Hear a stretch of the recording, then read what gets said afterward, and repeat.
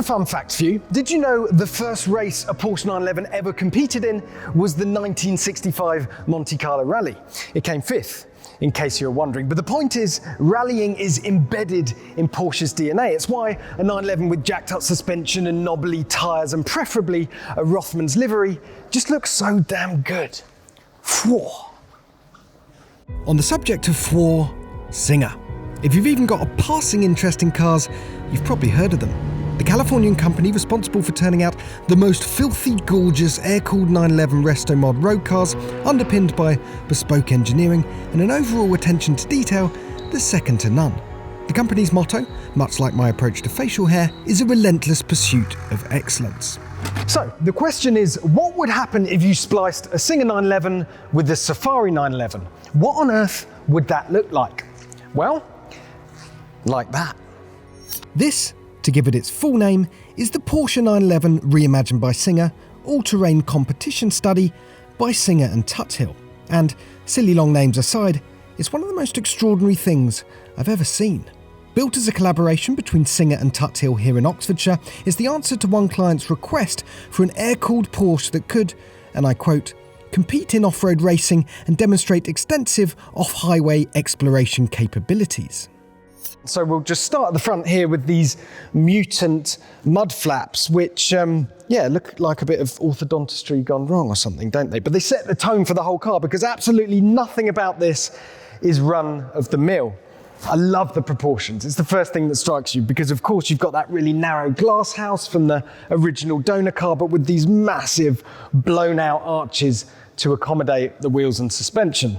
Speaking of which, let's get down here and have a look, because all I know at the moment is this is specialised off-road suspension. You do have two 5-way adjustable dampers at each corner, so that's 8 dampers in total.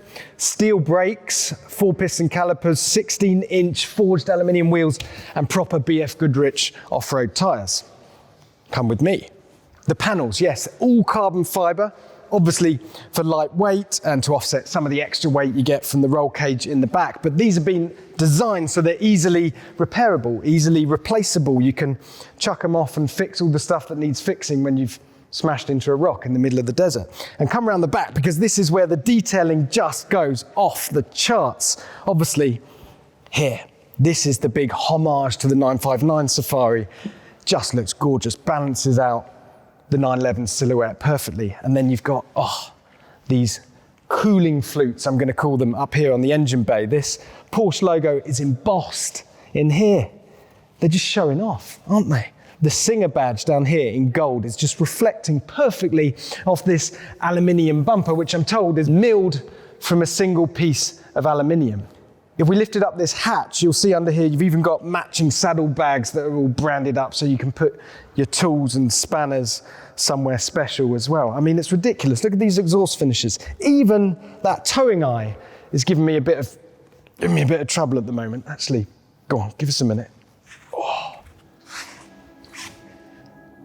The donor car is a 964 from 1990, the engine a twin-turbo air-cooled 3.6-litre flat 6 developing around 450 horsepower, although that can be tuned for the specific demands of each event. There's permanent all-wheel drive, a 5-speed sequential gearbox, a long-range fuel tank and 2 full-size spare wheels and tyres, one in the front and one in the back. Everything you need basically to go and boss the Baja 1000 or the Dakar Rally. Right, we're on the inside, and the best way I can describe this interior is business-like. We've got full FIA spec bucket seats, which are, trying their best to cover up my face. We've got an FIA spec roll cage up here, full race navigation system, which I assume doubles up as an iPad to watch Netflix. A hydration system, which in the Porsches I've driven means a cup holder. This lever here is for banging up and down the sequential gearbox, or you can use the plus minus paddles behind this gorgeous steering wheel here.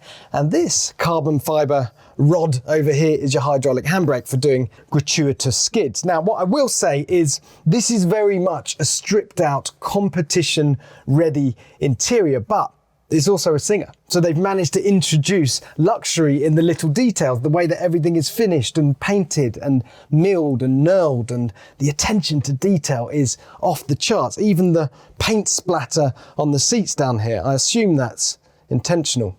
But the big question is, who would be mad enough to bash one of these around in the desert? In fact, I have many, many questions. And for that, we need the boss. Mr. Richard Tuthill, thank you so much for having us over today to look around this extraordinary car. Now, I bet your eyes are kind of used to this shape, aren't they? Because mine aren't. It's absolutely an astonishing thing to look at when I walk through that door. What do you think when you see it every day? It's still hugely exciting. I mean, we've been looking at it for well over a year. Oh, really? 2 nights ago, days are blending into nights at the moment, but that was the first time where we put on its wheels. Yeah.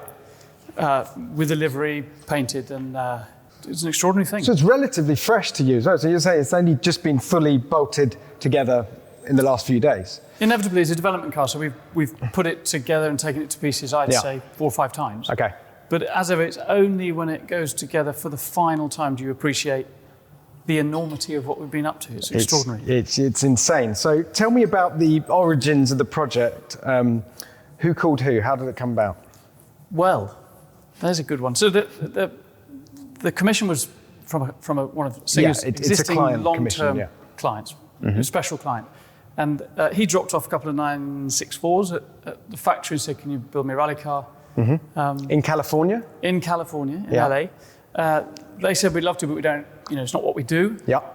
Thankfully, that's when I got involved. So they said, we know a man who can. Yeah. So they gave me a ring. Okay, and you're going to be very, very modest at this point, but you are the sort of expert worldwide in off-road racing air-cooled 911s. Is that fair to say? I mean, the East Africa Safari Rally, there's cars surrounding us here. It's a big part of what you do here at Tuthill, is that right? Yeah, I think it's probably what we're best known for. I mean, we do everything, but I'm a rally boy. Yeah. Always have been, and the safari is very, very close to us. But the chance to do this, every day's Christmas when you're involved in this. Yeah, absolutely. Project. How much then in common does one of these, well, this, because there's only one of them, with your pre-86 2-wheel drive rally cars over there? Engines in the same place, ish. Not a huge. There's no carryover. Yeah. But before I was building Porsches, I was driving 4-wheel drive cars. So it's not my first time thinking about these machines. They're wonderful. So this is from scratch. There's nothing to guide us in that respect. Yeah. And is it as simple as Singer did the design and you did the engineering? I'm sure it's a lot more muddied than that, but talk us through the sort of who did what and how the process worked, because your 2 factories are quite far apart. Yeah, I'm good with the whole time thing now. Yeah. But it's actually been a wonderful collaboration. And I'm not just saying that. It's been great fun. So I've learned a huge amount along the way. Their design process, the detail they think about, the styling element which they've become renowned for. I mean, they're the best at it. Combined with an element of craziness that exists in and around this building and in my head, it's a bloody good combo. Yeah. And did they send you CAD drawings of, this is what we want it to look like, now make it drive how we want it to drive? The project's evolved. So there's sketches, CAD, body designs. Then you try and marry that with technical detail. Rob's been really good up to a point about. Well, Rob Dickinson, of course, boss of Singer, is famous for being very particular about how he wants things to look, because it is, the engineering has to be, of course, top drawer, but the style has to be millimetre perfect. Is that right? So talk about that push and pull relationship a bit. Yeah, I've learned a bit about that as well. But no, it does. But there's a form function thing that has to work. Yep. Otherwise, there's a lot of cars in the world that look great but don't do what they look like they should do, Sure. and vice versa. There's a lot of great cars out there that look awful. I hope we've got it right. Yeah. And with Rob and his design team's input, I think we can agree the styling's all right. We were talking earlier about the wheels. It's just a lovely illustration of sort of, there is a point at which we have no more spaces to put them there, but Rob will always push for this perfection in the way that the arch sort of blends into the curve of the tyre, I've heard on his sports cars or his road going 11s. He is right up there in terms of getting that look and the relationship between the arch and the tyre. And of course, what's different here for him is there's a huge gap. Sure. So again, we're trying to get that balance. But as you move the tyre out, you're putting more load into the suspension and all of the mechanical parts, which have been designed to cope with it. But it's a thing we have to grapple with. But it's fine. It's great. Just picking up on a point you said earlier, so there are cars in the world that look like they do a certain thing and then don't really do it. In a way, you could make a fake Safari 911, jack the suspension up, put some wheels on it, but it wouldn't fare very well in a proper off-road rally. So this is obviously, the depth of engineering here is, to the nth degree. Before we start diving into the details, just tell us a bit about what is the DNA of a Porsche rally car? What does it need to survive? 911. In all its forms, even from 1965, was way ahead of the competition. Independent suspension, engine in the right place. And by that I mean traction. Yeah. So forget four-wheel drive for one moment, you've got weight over the rear wheels. You've got engine, you've got cubic capacity, so you've got torque. Everything is just made for rallying. Yeah. Although that seems strange because they race so successfully, we know all about that. Sure. They did rally extremely successfully, but you've got a great weight distribution, and actually now, and even in our Safari cars, we're going to end up, we're not quite 50-50. We're going to be 60-40. It's a winning combination. Yeah. It was basically right from the outset. So it's not quite, a sort of a Frankenstein 911. It's kind of a car that was, I said in my intro, the first race the 911 ever competed in was a rally. So it's there. It's in the car's DNA. They raced and rallied from the very beginning, but Monte Carlo. Yeah. And in fact, the car behind me was driven by Bjorn. He won Monte in an early 911. So, Porsche have never made a secret of their rallying heritage. All right, well, let's get into the details. I've sort of given people the headlines of this car, but I want to know a bit more about the engineering underneath it. To do that, let's open up the clamshells and take a good look underneath. Perfect.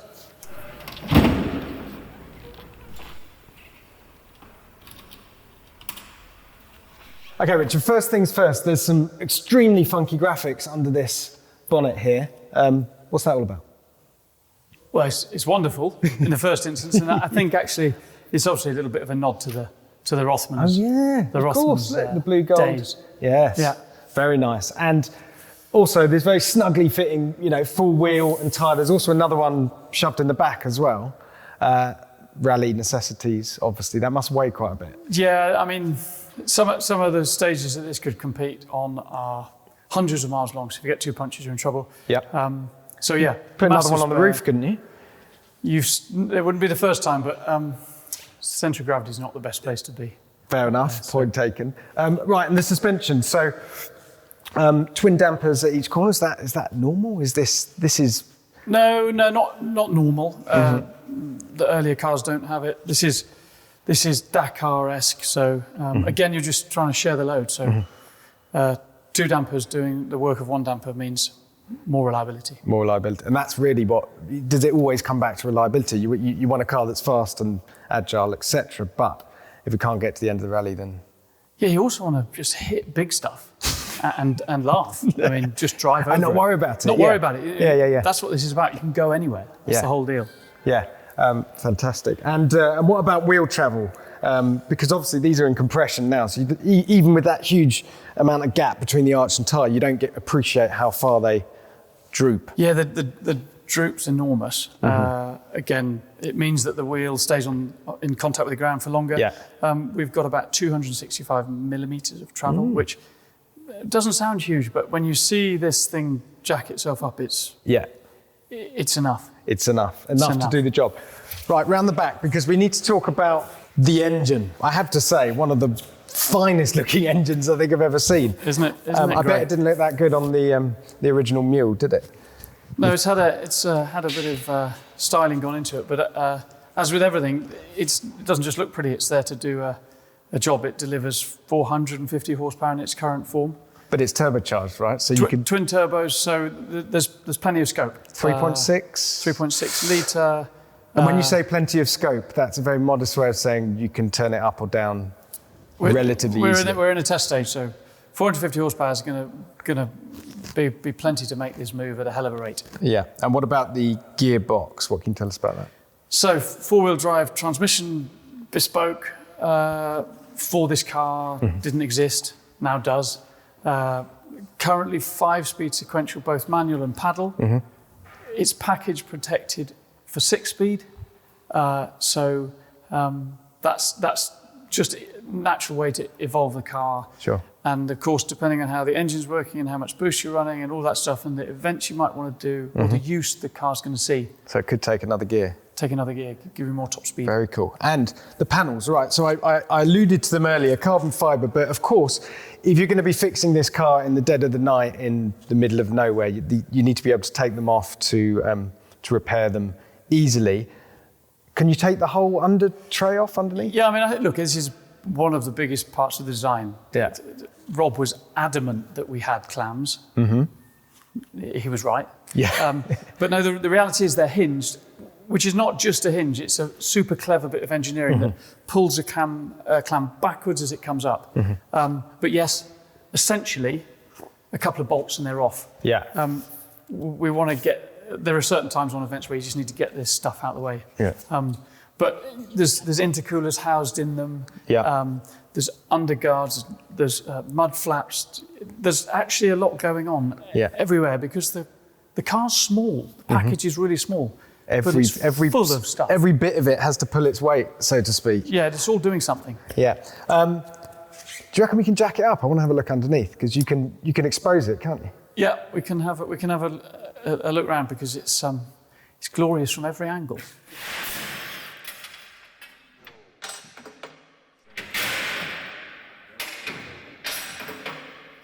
I mean, come on, cars are not meant to look that good with their clothes off from underneath, are they? What are we looking at here? Just pure brilliance. Where do we begin? Spare wheel poking through. Yeah. Twin. Look at appreciate the packaging of that. You've got a millimetre to spare. What that means is that's really tight. As I said earlier, there's such little room, but it's great. Damper canisters that come from the top mounts. Bespoke steering rack. Obviously, you can't just buy this stuff. Sure. So that was made from scratch. Front diff. Yeah. Twin wishbone suspension arms.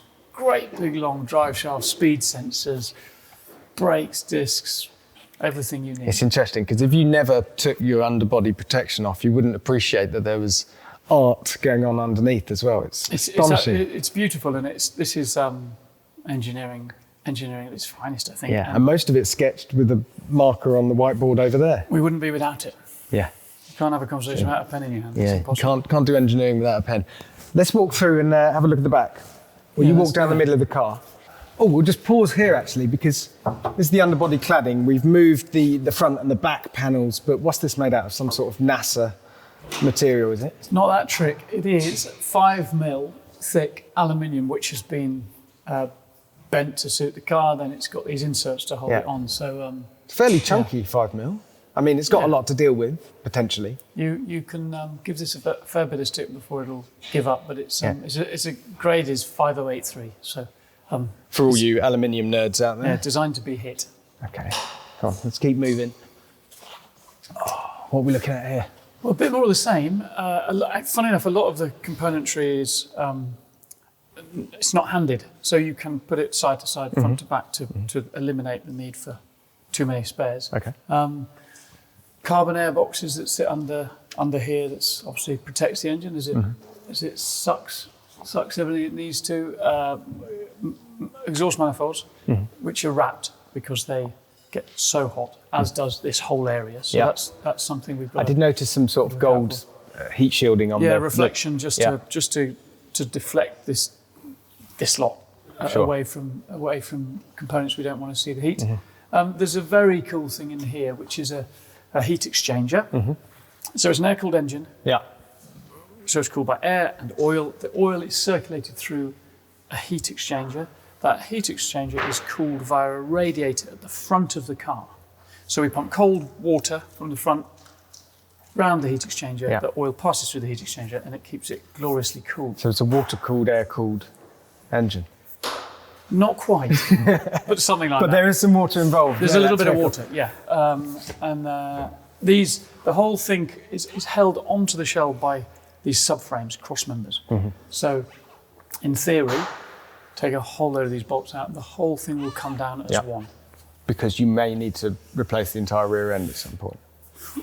With all things rally, you've got to be prepared to get in pretty quickly and fix things. This is still relatively tricky because it comes back to packaging, but we can get at everything we need to. Wow. To be that functional and this gorgeous is just outrageous, frankly. A hell of a challenge, but let's see. I think we're nearly there. So this is obviously a study, a prototype, a car that's in development. What's next for it? Are you taking it testing?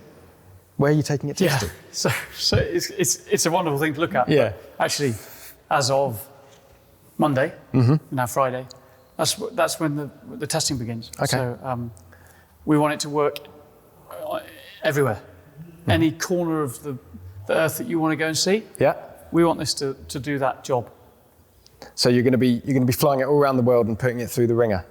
Well, we've got a test program, so it means that I get to do a load of that in very very locally, Wales, Morocco, obviously Californian desert, all of that stuff.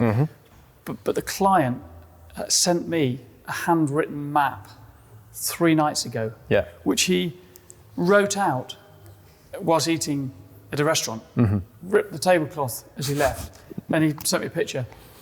And there's not much of the earth he's not going to visit in it. Oh, literally. And so he's going to be sort of heavily involved in that testing program. That's part of the sort of experience for him is developing I think the that car. is an opportunity to develop your own car. Sure. So he'll see all well, elements. It sort of leads on to my next question. I was going to say, the person who's going to own this eventually, what's he going to do with it? Is he going to enter the Baja 1000? Can he? Is there a category that it's eligible for?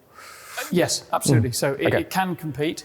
It can compete all over the world on all sorts of events. But the reality is we've got to make sure that it does everything. And I think it can. And he's been quite generous in saying that once it's finished and developed and you've made sure that it works as it should, other Singer customers, if they want to spec a sort of this Safari specification, he's fine with that.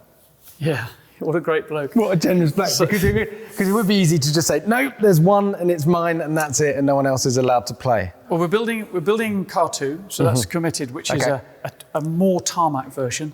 Still extreme, still go anywhere, but more of a tarmac rally car. Not quite like this. So there's 2, and with a bit of luck, there'll be a few more.